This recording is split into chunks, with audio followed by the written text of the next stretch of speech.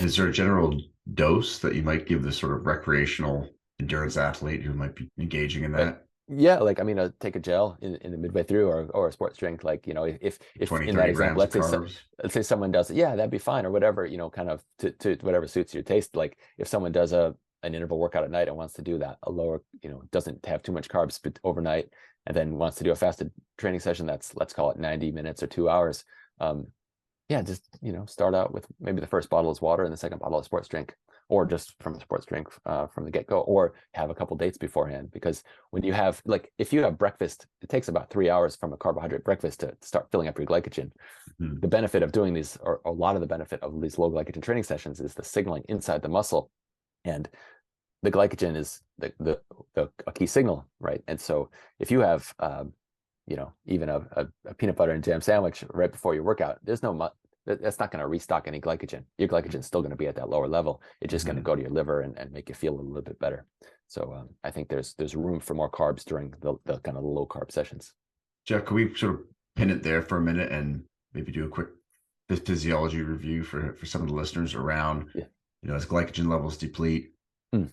some of the internal signals, and AMPK, obviously, potent fuel sensing enzyme, what's going on Yeah. when we're depleting glycogen with some of the signaling that's happening at the cellular level. Yeah. Yeah. No, good question. And that was also kind of can dovetail into another study I looked at, AMPK signaling. But basically, there's if you think about, we do exercise and we want to get fitter in the context of endurance. There's these different signaling pathways that are signaling, let's say, more mitochondria, or some of the favorable changes we want. So Hmm. you start at the top. If we imagine kind of a almost a flow chart, we have the exercise stimulus, so that would be kind of the volume and intensity, and then it affects. There's the energy sensing. There's like, let's just say, four different buckets. There's one where there's energy sensing, so that means like the AMPK pathway. So the fuel gauge in the car. So is there Hmm. energy in the cell? And we think about ATP as our energy source. So as AMP and ADP get increased relative to ATP, so basically as ATP gets used, that Hmm. changes the ratio of AMP, ADP to ATP. As that Hmm. ratio changes, that sends this kind of the fuel gauge. It says, hey, low fuel alert. And that kind of kicks off this certain signaling pathway So that ATP is increases. falling and that ratio is increasing, and then we get the signal Exactly. that's in being sent. Yeah. Yeah, and that kind of leads to some, let's just say, largely beneficial changes. Um, Generally speaking, we also have reactive oxygen species, those signaling, so that they kind of the oxidants that happen, those act as signaling molecules, and that also in their own way leads to some beneficial changes. We also have the contraction of the muscle, so there's like calcium signaling, basically when the muscle is contracting itself, kind of distinct from any kind of fuel signaling. It's the contraction itself that is going to lead to some signaling. And then there's also fuel pathways, so the glycogen and free fatty acid levels, those are also kind of leading to possible changes. And so the fact that there's all these kind of, like, I don't know if redundant is the right word, but there's these overlapping mechanisms. I think that's one of the biggest reasons why we could look at an acute study, and someone might say vitamin C, or these high dose antioxidants kind of impairs important signaling during an acute bout of exercise. But then you can scale back and say 12 weeks of training with vitamin C didn't really affect the overall increase in mitochondria. Like, and that's Yeah. because there's just there's this overlapping mechanisms that are going to lead to changes. Yeah. Sort of a You know, three-dimensional problem and not just sort of a binary exactly. pathway that's impacting, right? Yeah, and so to zone in on a couple of the things related to the nutrition side of it, Yeah.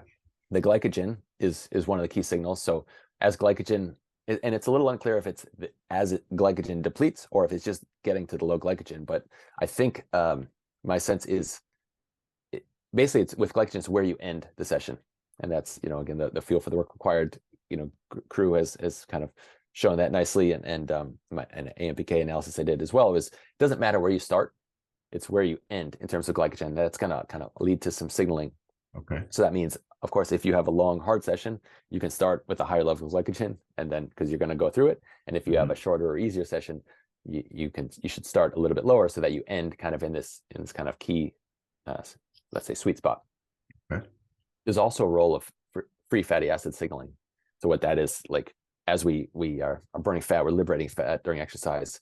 The fat, those free fatty acids also not only serve as a fuel source, but they also seem to serve as a signaling agent. And so if there's a benefit to fasted training, and I still think it's kind of an if, but I think there might be some, it's probably through the signaling of the elevated free fatty acids that affects things related to fat oxidation. So I guess just to kind of step back, there's a number of different pathways for us to signal and improve, make more mitochondria, get all the adaptations we want. And we can affect it by things like affecting our glycogen, by increasing free fatty acids, or by just kind of the training itself and/or. If we circle back to the reactive oxygen species, curious your thoughts on, you touched a little bit on it. So in terms of high dose supplementation with antioxidants, in terms of the training, and then just in terms of an athlete's diet, the amount of antioxidants, polyphenols, how do you see that role in terms of recovery performance? Yeah, no, I think it's still certainly unclear. My feeling is from food, it's just not an issue. I don't think you can eat too much antioxidants. Like you don't have to worry about limiting fruit or vegetables or anything.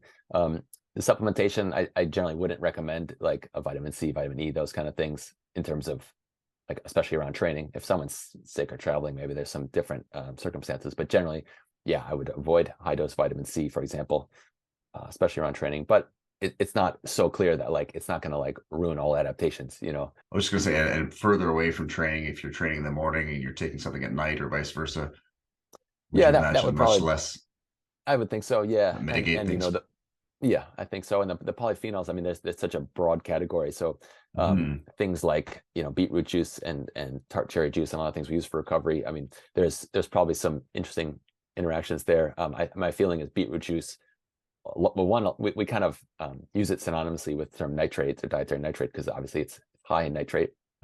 But comparing studies that have compared beetroot juice to like just nitrate salts, there's definitely an advantage to the beetroot juice in terms of the adaptations or the performance. So there's a lot of interesting stuff there. That's the world of those plant compounds is so complex, certainly beyond my understanding, and I think overall as a community's understanding, because beetroot juice, like I said, it's outperforms nitrate. So there's something more in the beetroot juice than just the nitrate, even though we kind of just call it nitrate. For sure, yeah. So you got polyphenols, you got nitrates, you got all the obviously other plant compounds all in this soup that are impacting these various pathways that we're describing. So difficult to tease out, right?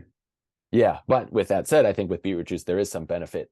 There's some research showing it and some theoretical rationale for it helping adaptation. So in terms of endurance training, like it's related to muscle fiber type or some other things. So it's not to say all kind of these things are bad for adaptations.